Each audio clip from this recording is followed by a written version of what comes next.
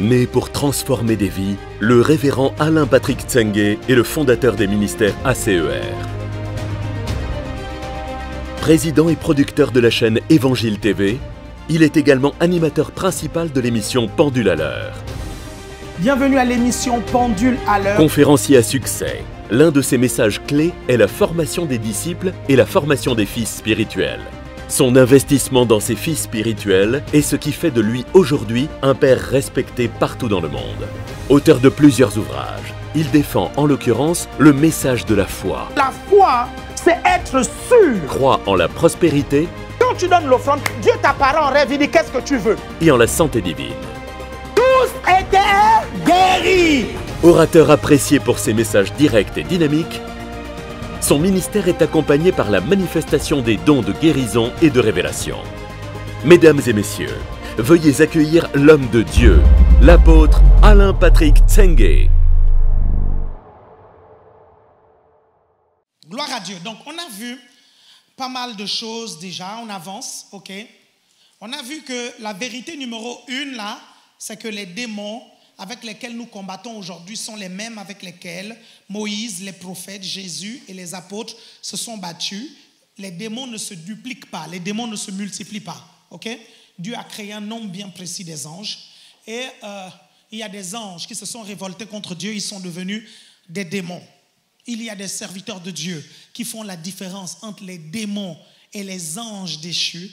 Et là, ils vont dire que les anges déchus, c'est ceux qui ont fait une deuxième chute dans l'épisode de Genèse qui dit que les fils de Dieu ou les filles de Dieu les fils de Dieu descendirent et virent que les filles de la terre étaient belles. Vous connaissez ce passage?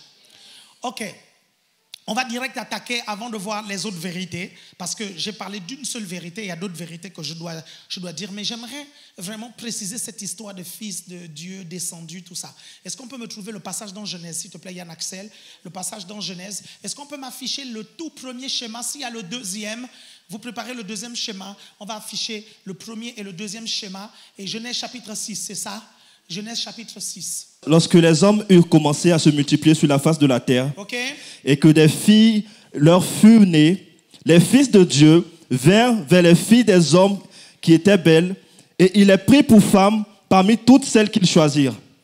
Alors l'Éternel dit, mon esprit ne restera pas toujours dans l'homme, car l'homme n'est que chair, et tous ses jours seront de 120 ans. Les géants étaient sur la terre en ces temps-là, après que les fils de Dieu furent venus vers les filles des hommes, et qu'elles leur eurent donné des enfants. Ce sont ces héros qui furent fameux dans l'Antiquité.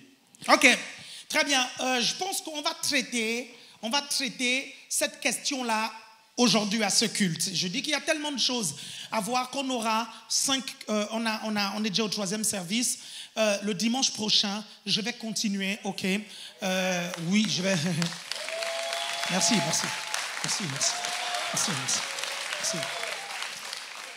Ok?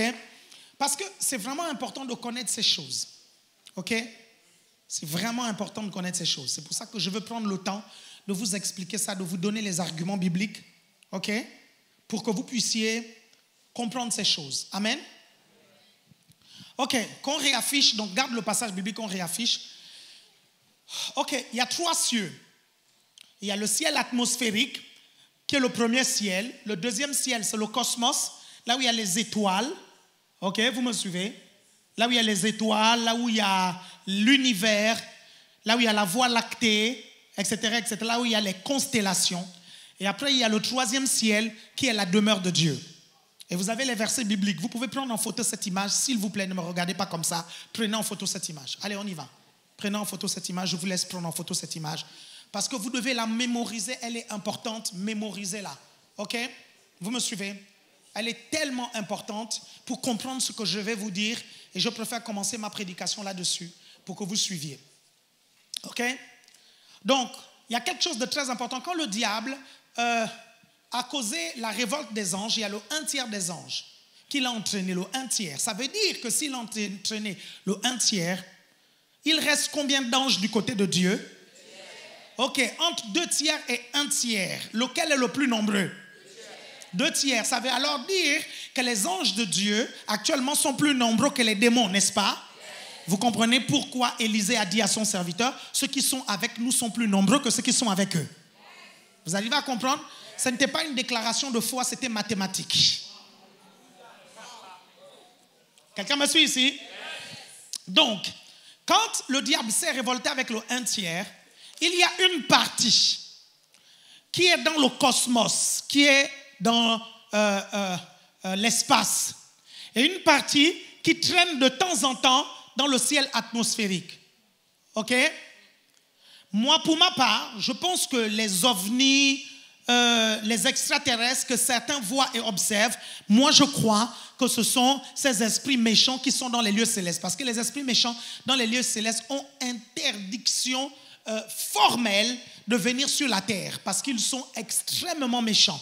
Et ils sont extrêmement rebelles. Ils sont tellement rebelles qu'un jour Dieu a envoyé l'ange Gabriel. Les gars ont attrapé l'ange Gabriel. C'est dans le livre de Daniel, hein? Vous suivez? Ils l'ont attrapé. Ils ont attrapé l'ange Gabriel pendant 21 jours. Dieu était obligé d'appeler Michael. Et c'est le livre de Daniel qui nous le dit, hein, pour pouvoir délivrer l'ange Gabriel. Pourquoi? Parce que l'ange Gabriel est un ange messager, ce n'est pas un ange guerrier. Vous suivez? Sa fonction, c'est de donner des messages, ce n'est pas de combattre. Vous savez, les anges sont organisés. Il y a des anges guerriers, il y a des anges messagers, ok? Il y a d'autres anges, il y a des anges pour la guérison, il y a des anges pour la prospérité, il y a les anges pour faire des merveilles. Est-ce que vous me suivez? Vous êtes toujours là? Ok. Donc, la première catégorie d'esprits sont restés dans le premier ciel et le deuxième ciel. Vous me suivez? Il y a une autre catégorie, y compris Lucifer, à qui on a donné le droit de pouvoir traîner sur la terre. Est-ce que vous me comprenez? C'est ceux-là qui tentent tout le monde et qui foutent le bordel partout. Est-ce que vous comprenez? Ceux-là, ils sont moins méchants que ceux qui sont les esprits méchants dans les lieux célestes. Est-ce que quelqu'un me suit ici? Vous me suivez? La Bible parle de ces démons-là qui sont aussi sur la terre et qui font le désordre, qui mettent des maladies, qui causent des guerres, qui t'ont tenté hier.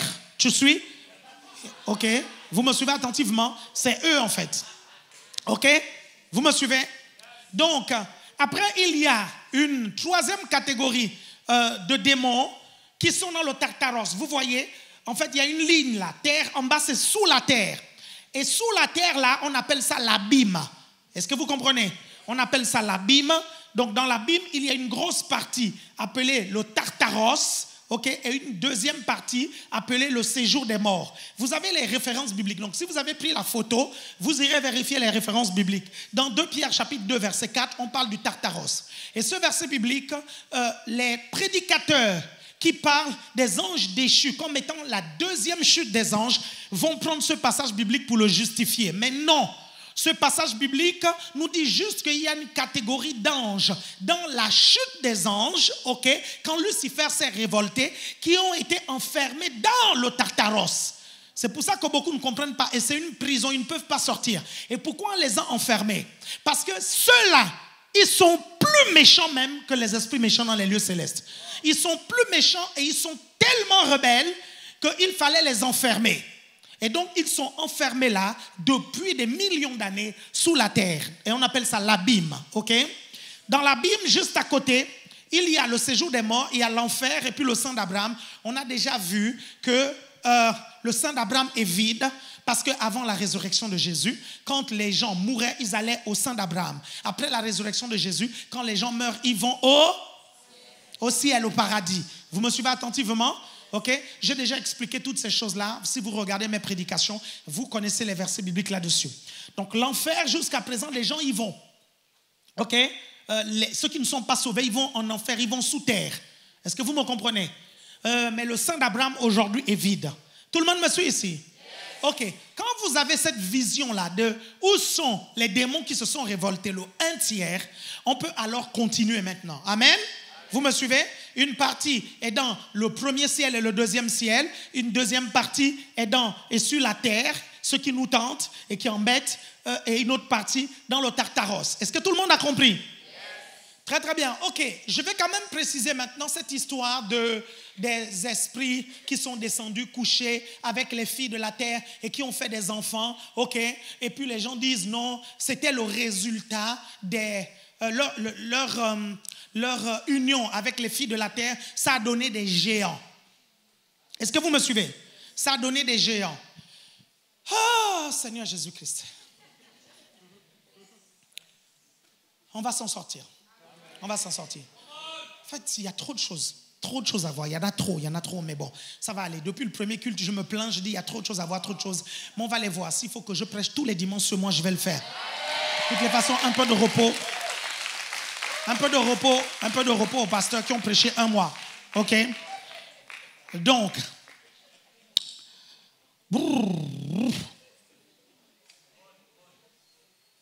bon, relis le passage biblique. Est-ce que quelqu'un peut préparer le même passage dans Louis II 21?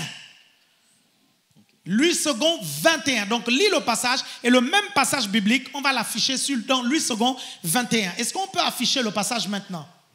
On peut enlever le schéma et mettre le passage. Genèse chapitre 6, verset 1. OK.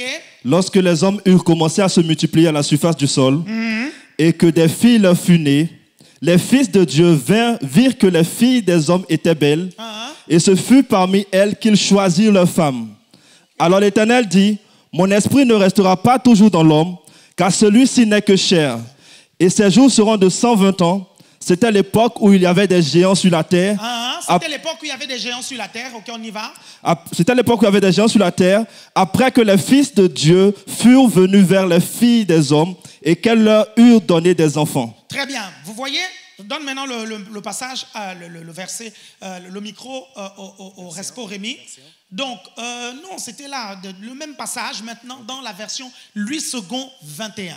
Quand on regarde la version Louis II tout simple, ok, le passage porte à croire que les géants sont venus, est-ce que vous comprenez, après que les fils de Dieu fussent descendus pour coucher avec les filles de la terre. Ok? Donc, Louis II 1910, c'est une traduction qui est antérieure à Louis II 1921. Donc, si Louis II a fait une traduction en 1921, c'est qu'il veut corriger des choses qu'il a dites en 1910. Vous suivez? Qui étaient maladroitement traduites. Vous me suivez attentivement? Voici maintenant la version révisée de 1910. Vas-y. Lorsque les hommes eurent commencé à se multiplier à la surface de la terre et que les filles leur furent nées, les fils de Dieu virent que les filles des hommes étaient belles et ils en prirent pour femmes parmi toutes celles qu'ils choisirent. Voilà. Alors l'Éternel dit, mon esprit ne contestera pas toujours avec l'homme, car l'homme n'est que chair, il vivra 120 ans. C'est ça. Il y avait des géants sur la terre à cette époque-là. Point.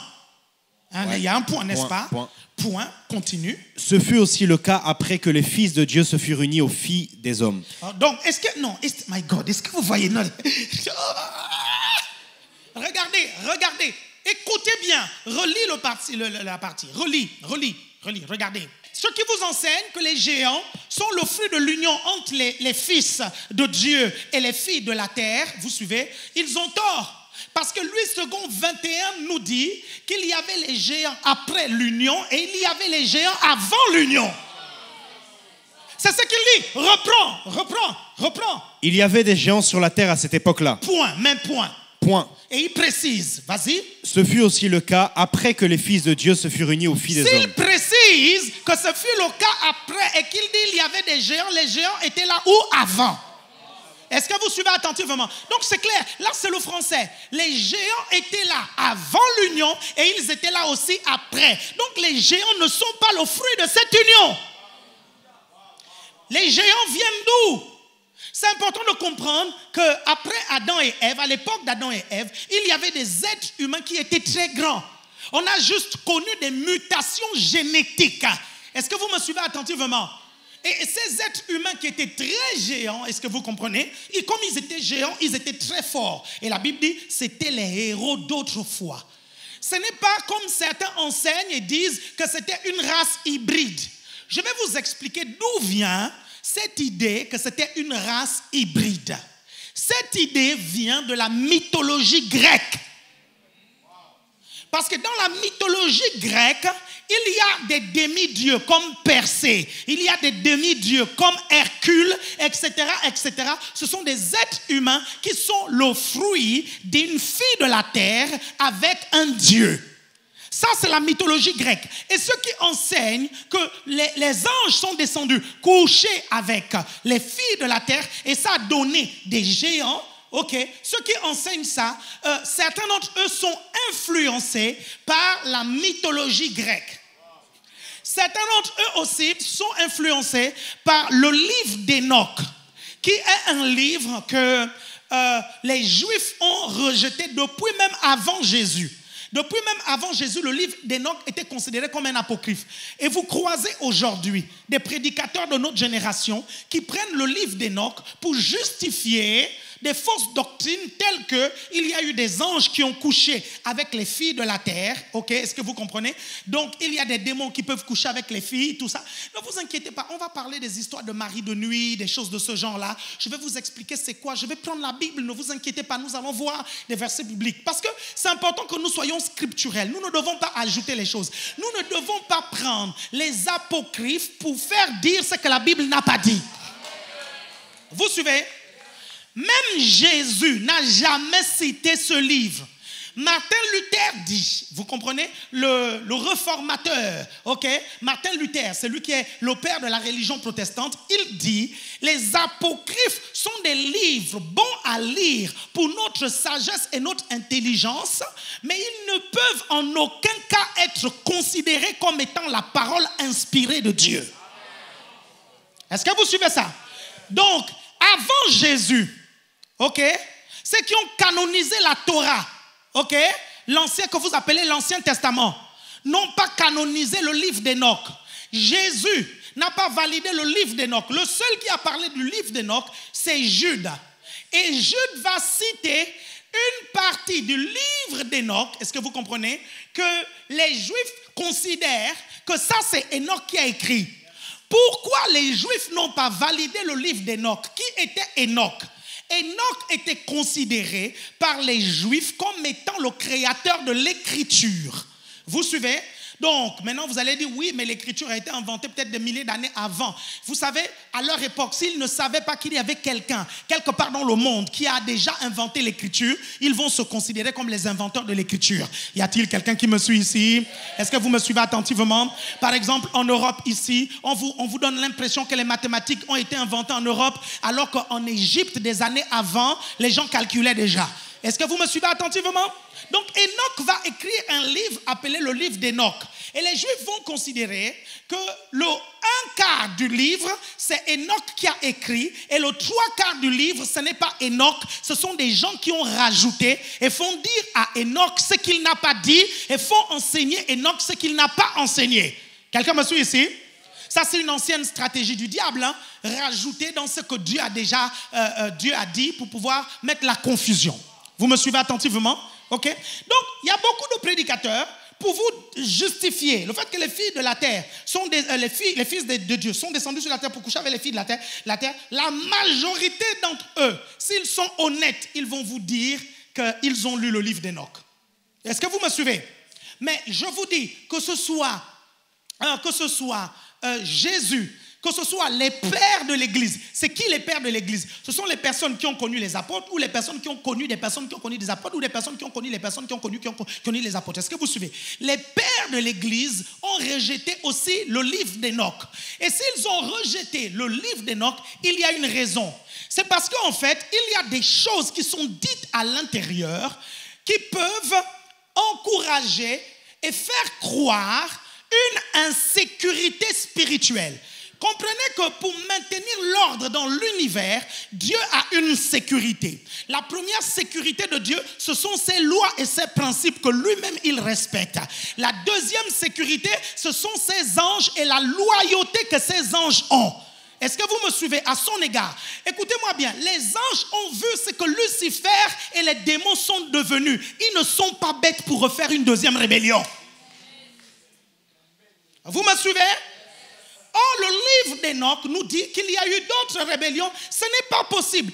Si ici, sur la terre, le patriotisme des gens est la doctrine qui amène la loyauté des gens vis-à-vis de l'État, à comme plus forte raison le ciel. Est-ce que vous me suivez? Vous êtes toujours avec moi? Vous êtes toujours avec moi?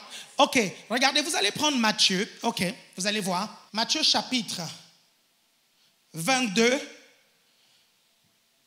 du verset 29 au verset 30. Matthieu chapitre 22, du verset... Vous savez, si vous ne comprenez pas ça, s'il n'y a pas cette base-là, vous allez parvenir à des conclusions, mais terribles, qui amènent un désordre. Vous suivez ça? Vous allez finir par croire que les gens qui sont morts peuvent revenir ici sur la terre, vivre avec vous. Est-ce que vous comprenez ça? Regardez, est-ce que vous savez pourquoi l'être humain a peur des morts, de tout ce qui concerne les morts? Quand vous passez à côté d'un cimetière, vous tremblez. Quand vous voyez un cercueil, même quand il est vide, vous tremblez. Et vous n'êtes pas les premiers, vous comprenez, à avoir peur. Vous suivez? Il y en avait qui avaient peur. Même Jean. La Bible dit que quand Jésus est ressuscité, Jean et l'apôtre Pierre, ils ont couru vers le tombeau. Pierre est rentré dans le tombeau, mais Jean est resté dehors. Pourquoi Jean est resté dehors? Il avait peur. Il avait la trouille. Quelqu'un me suit ici? Il avait la trouille, il avait peur de rencontrer un revenant. Pourquoi il y a ce peur du macabre? C'est parce que Dieu veut qu'il y ait une nette séparation entre les morts et les vivants à cause de la sécurité spirituelle. C'est pour ça qu'il dit qu'il n'y a pas de rapport entre les morts et les vivants. C'est pour ça qu'il dit qu'on ne trouve personne chez toi qui consulte les morts. Vous me suivez? C'est juste à cause de la sécurité, vous comprenez, que Dieu fait. Parce que les morts sont morts, ils ont leur vie, l'autre côté. Et les vivants sont vivants, ils doivent continuer leur vie. Il ne doit pas y avoir de communication entre les deux pour la sécurité de l'univers et pour la sécurité du monde spirituel. Est-ce que vous me suivez? Je vous dis, quand vous commencez à croire toutes ces bêtises-là, vous allez finir par entendre certains prophètes dire, non, quand je prophétise, ce sont les ancêtres qui viennent me murmurer ça à l'oreille. Est-ce que vous comprenez ça? Et là, je sais que certains d'entre vous, vous êtes déjà en train de dire, oui, mais Jésus a bien vu Moïse et Élie alors qu'ils étaient morts. La Bible est claire, c'était une vision, ce n'était pas une apparition. Il y a une différence entre la vision et l'apparition. Quelqu'un me suit ici? Quand Jésus est ressuscité et qu'il s'est présenté aux disciples, ce n'était pas une vision, c'était une apparition. Il a dit touchez, mettez la main. Et Thomas a touché. C'était une apparition. Quelqu'un me suit ici? Sur la montagne, quand ils ont vu Moïse, ils ont vu Élie, c'était une vision. Et une vision a un caractère symbolique. Quelqu'un me suit ici? Pourquoi Moïse? Pour représenter la loi. Pourquoi Élie? Pour représenter les prophètes. Pourquoi celui-ci est mon fils bien-aimé? Écoutez-le. Désormais, ce n'est plus la loi que vous écoutez. Ce ne sont plus les prophètes que vous écoutez. C'est maintenant mon fils. C'est pour ça que dans Hébreux chapitre 1, il dit, après avoir parlé à plusieurs reprises et de plusieurs manières par les prophètes, Dieu nous parle aujourd'hui par le Fils. Est-ce qu'il y a quelqu'un qui me suit ici? Vous me suivez attentivement? Donc, c'est important que vous compreniez ça.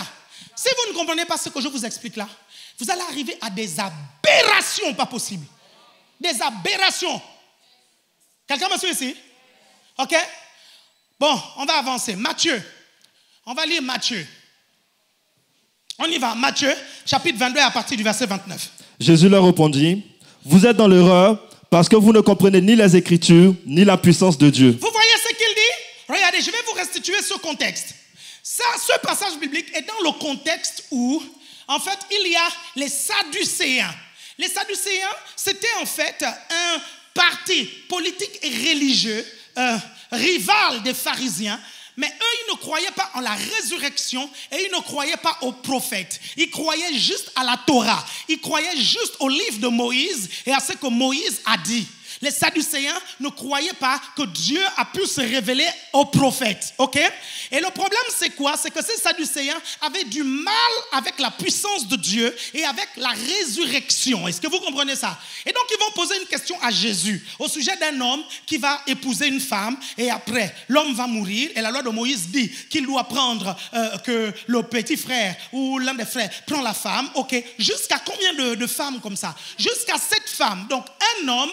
une femme va se retrouver avec 7 maris dans toute sa vie, ok, de la même famille, d'après la loi de Moïse. Et ils vont lui dire, mais au ciel, ok, cette femme-là sera la femme de qui? Vous me suivez, non? Et là, Jésus va donner l'un des gros problèmes, il va dire l'un des gros problèmes, même de notre génération aujourd'hui. Jésus va dire que vous ne comprenez, vous êtes dans l'erreur.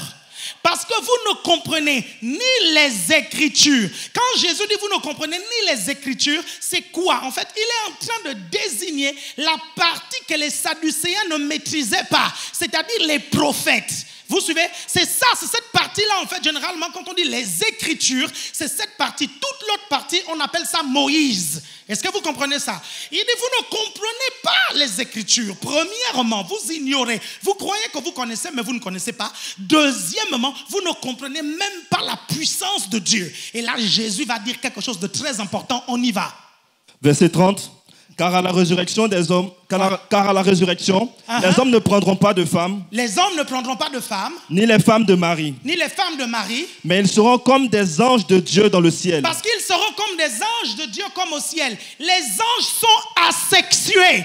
Les anges n'ont pas de sexe. Quelqu'un me suit ici? Ils sont asexués. Les anges sont ni hommes ni femmes. Est-ce que vous comprenez? Et la Bible dit qu'au ciel, nous serons comme des anges. Au ciel, il n'y aura ni hommes. Au ciel, il n'y aura ni femmes. Au ciel, il n'y aura ni juifs. Au ciel, il n'y aura ni gabonais. Au ciel, il n'y aura ni congolais. Au ciel, il n'y aura ni camerounais.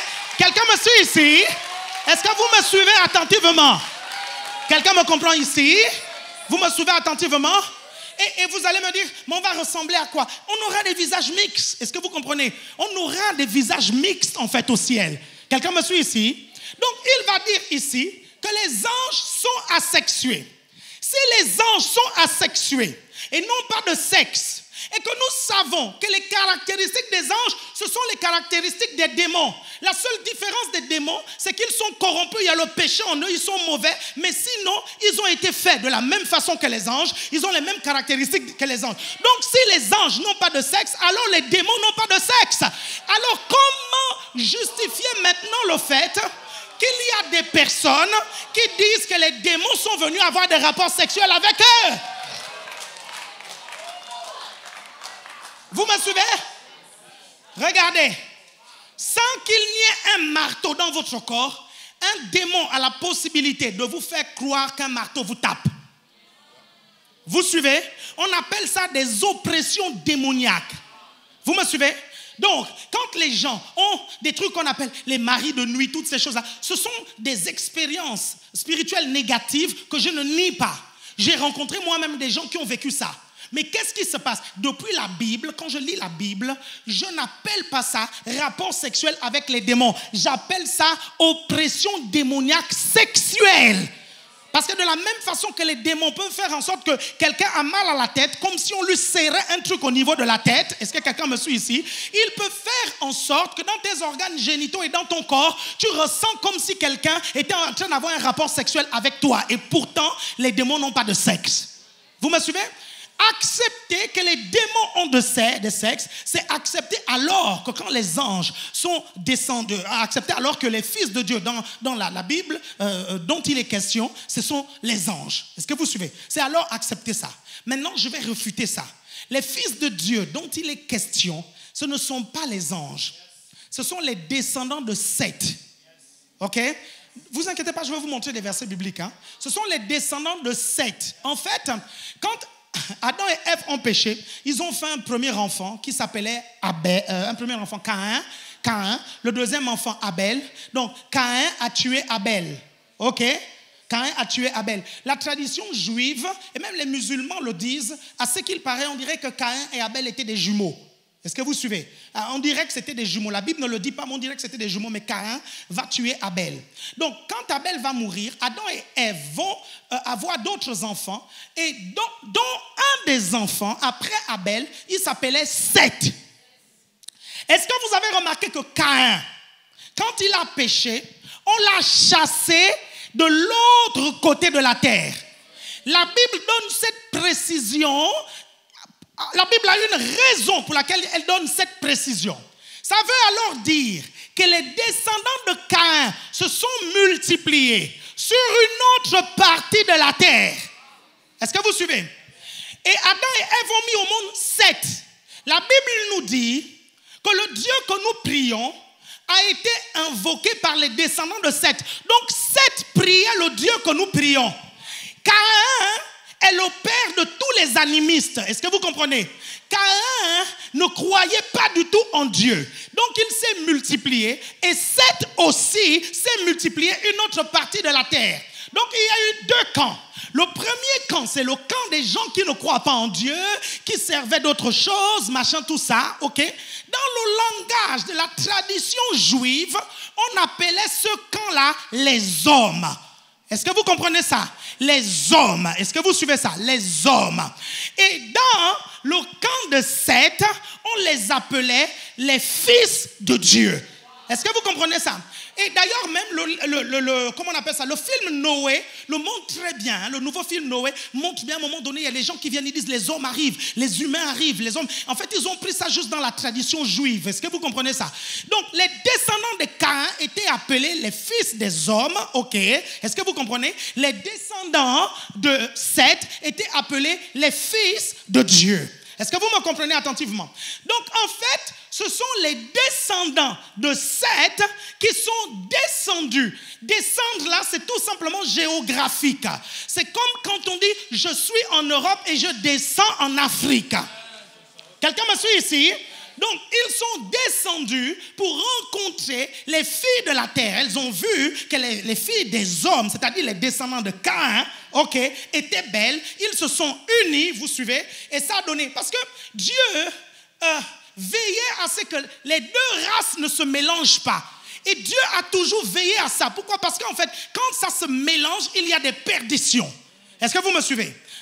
Je vais expliquer ça les autres jours, mais je vais vous donner quelques arguments là, ok, bibliques. Écoutez, certains disent que le mot ange, ok, moi je ne comprends pas, dans mon chrono j'ai 31, vous vous dites que c'est fini, je ne comprends pas. Vous comptez quoi? Moi mon chrono c'est 31 là. Quand vous m'avez dit j'ai 40 minutes, j'ai lancé le chrono. Ok, bon, ok, on y va, vous êtes toujours avec moi? Ok, très bien. L'expression fils de Dieu concerne les humains et non les anges. Vous suivez? Je vais vous donner un verset biblique. Vous prenez Romains chapitre 8, verset 14. Premier verset biblique. Romains 8, 14 dit « Car tous ceux qui sont conduits par l'Esprit de Dieu sont fils de Dieu. » Vous me suivez? Bon, vous allez me dire « Oui, mais les anges sont conduits par l'Esprit de Dieu. » Je vous le concède, ok?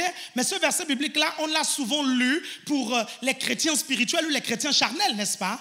Ok, on va aller encore plus loin. Je vais vous donner encore un deuxième argument. Vous prenez Luc chapitre 3, verset 37. Luc chapitre 3, verset 37. Ok, on y va. Luc chapitre 3, verset 37, on lit. Luc chapitre 3, verset 37. Donc, fils de Mathusalem, fils d'Enoch, fils de Yéred, fils de Malélel, fils de Kénan, fils d'Enoch, fils de Seth, fils d'Adam, fils de Dieu. Est-ce que vous voyez? Non, ils ont pas su. Regardez la lignée. Hein? Fils de Dieu, ça va d'Adam jusqu'à Seth, etc. Et dans cette lignée-là, il n'y a pas Caïn dedans. Est-ce que vous voyez? Ça, c'est la lignée des fils de Dieu. Est-ce que vous suivez ça? Ça, c'est le deuxième argument fort que j'ai. Ok, vous prenez Genèse chapitre 4, verset 25. Genèse chapitre 4, verset 25. Ok, et vous allez voir que Seth va amener un nouveau réveil. Vas-y, Seth. Ok, Genèse chapitre 4, verset 25. Adam connut sa femme. Oui. Elle enfanta un fils. Oui. Et l'appela du nom de Seth. Seth, continue. Car elle dit, Dieu m'a donné une autre descendance. C'est ça. À la place d'Abel que Caïn a tué. C'est ça, continue. À Seth aussi, il naquit un fils. Oui. Qu'il appela du nom d'Enoch. Oui. C'est alors que l'on commença à invoquer le nom de l'Éternel. Est-ce que vous voyez? Est-ce que vous voyez? Vous voyez? C'est à partir de Seth. Vous êtes toujours là? Je vais vous donner un autre argument, mais lui là, il va vous tuer. Lui là, il va kill direct. Dis, kill-moi ça. Vous prenez maintenant Hébreux chapitre 1, verset 5. Lui là, il va vous kill direct. Hébreux chapitre 1, verset 5. Mettez ça. Regardez. Car, vas-y, lis. Vas-y. Car auquel des anges a-t-il jamais dit, tu es mon fils, je t'ai engendré aujourd'hui, et encore je serai pour lui un père, et il sera pour moi un fils. Ce passage reformulé dit, montrez-moi un ange à qui Dieu a dit, tu es mon fils.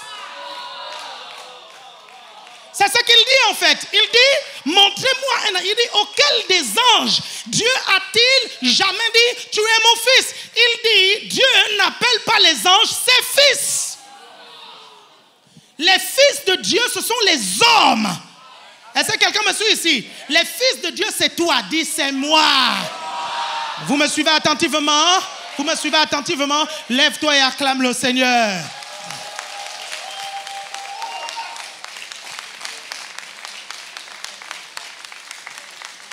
Ça, vous savez, au moment où beaucoup de fausses doctrines et de faux enseignements sur les démons traînent partout sur Internet. Partout, partout. Et quand vous écoutez ça, ça paraît sensationnel. Écoutez-moi bien, ce n'est pas parce que quelque chose est sensationnel que ça vient de Dieu. Vous savez, les mythes grecs, les fables, tout ça, c'était aussi sensationnel, ok? Ma grand-mère, quand elle nous asseyait autour du feu, elle était capable de nous raconter aussi des choses sensationnelles. Vous savez, il y a des choses qui ne sont pas la parole de Dieu, qui ne sont pas la Bible, qui sont des fables. Et vous devez faire attention à ça parce que croire en ces choses-là, au nom du sensationnel, au nom de la révélation, ça va vous amener à des conclusions, mais terribles. Terribles. Est-ce que vous comprenez ça? Terrible. Pourquoi beaucoup de chrétiens sont dans la confusion? Parce qu'ils ne comprennent pas que la vérité, dans la bouche du diable, ça devient un mensonge. Et ils ne comprennent pas que ce qui semble être le mensonge dans la bouche de Dieu, systématiquement, ça devient la vérité. Non, je crois que vous ne suivez bien, non. Si vous comprenez ça, tout ce que Satan va vous dire, vous suivez, même si ça paraît la vérité, dis-toi, il y a un os derrière. Et tout ce que Dieu te dit, même si ça paraît humainement un mensonge, parce qu'il l'a dit, ça devient la vérité. Quelqu'un me suit ici? Si Dieu te dit, tu as combien de... Lève la main, tu lèves la main. Si Dieu te dit, tu as combien de doigts? Tu dis 5. Dieu te dit 6. À l'instant, il a dit 6. Le 6e doigt va pousser. Je te le dis. Je te le dis. Vous suivez? Parce que sa parole ne peut que dire la vérité. Vous suivez? Et la parole du diable ne peut que dire le mensonge. Donc, quand vous ne comprenez pas ça, vous pouvez être perdu et vous allez vous retrouver dans des trucs terribles que je vais dénoncer. Vous savez, dans la Bible, il y a un faux prophète qu'on appelle Balaam. Vous connaissez l'histoire de Balaam et Balak. Vous savez, Balaam était quelqu'un qui consultait les faux dieux, mais en même temps, il pouvait consulter Yahweh et Yahweh lui répondait. Les mélanges. Non, je vous assure, j'ai pris le temps de bien étudier ce passage. Balaam, c'était ça. Ok? Il mélangeait. Il y avait les mélanges dans les trucs de Balaam. Ok? Entre les choses de Dieu et les choses du diable. Est-ce que vous suivez? Regardez la fin de Balaam. Balaam est mort bizarrement. Vous suivez? Il est mort assassiné bizarrement. Est-ce que vous me comprenez? Quand vous allez dans le Nouveau Testament, vous allez voir aussi des sorciers qu'on va étudier dans le Nouveau Testament. Depuis même l'Ancien Testament, vous voyez déjà les prophètes de Baal dont il était question. Beaucoup d'entre vous, vous pensez que ces prophètes venaient des pays étrangers. Non. Attendez, Akab et Jézabel, c'était des rois d'Israël. Allez lire votre Bible. Akab et Jézabel, c'était des rois d'Israël. Est-ce que vous me suivez? Qui ont décidé de servir Baal et qui ont entraîné une partie du peuple, y compris des prophètes. Vous suivez? Les mélanges. Les mélanges. Vous allez dans le Nouveau Testament, vous allez voir la même chose. Vous voyez Philippe qui va en Samarie, vous suivez? Et il y a un sorcier qui fait semblant de se convertir, il se balade partout. Philippe croit à Simon, il s'appelait Simon, hein? Simon, il y a un sorcier qui se balade partout, ok? Philippe pense qu'il a gagné un gars, quoi, vous suivez? Pierre arrive, Pierre détecte que ce monsieur est un sorcier. Et Pierre dit, ton cœur n'est pas droit devant Dieu, ok? Parce que ton cœur est rempli de méchanceté, du fiel amer. Il dit, répands-toi s'il est possible. C'est-à-dire que Pierre était même convaincu que ce gars-là n'allait jamais se convertir. Est-ce que vous me suivez? Vous allez croiser plein de choses comme ça, où il y a des mélanges. Et le problème, c'est quoi? C'est que le chrétien ne comprend pas que l'un des rares endroits où Dieu et le diable peuvent habiter ensemble, c'est dans l'être humain. Vous ne... Non, ils n'ont pas suivi. Si ce n'est pas le cas, pourquoi on chasse les démons chez les chrétiens? Ok? Bien sûr que l'Esprit de Dieu habite dans l'Esprit, ok? Et que les démons habitent soit dans l'âme, soit dans le corps. Mais je suis désolé, ils sont dans le même être. Et cet être-là porte le même nom. Est-ce que vous comprenez? Vous me suivez attentivement? Et il y a une guerre permanente dans la vie de ces personnes-là entre le monde des ténèbres et le monde de Dieu. Une guerre. Et vous n'arrivez pas à comprendre pourquoi vous êtes dans la confusion. Pourquoi aujourd'hui vous êtes spirituel, demain vous êtes charnel. Pourquoi aujourd'hui vous êtes content, demain vous êtes fâché. Pourquoi aujourd'hui vous êtes malade, demain vous êtes en mort. Pourquoi aujourd'hui vous êtes tenté, demain vous êtes ah Dieu, tu es tout pour moi. Est-ce que vous comprenez? Et on ne comprend pas que ces fausses doctrines qu'on enseigne sur les démons favorisent le mélange.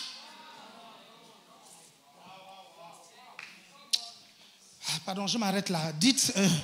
Dis merci Jésus pour ta parole. Je te bénis parce que tu m'enseignes.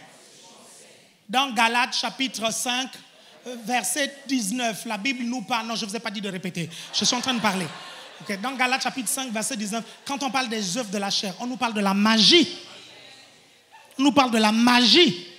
Mais on va parler de toutes ces choses-là. Amen. Amen.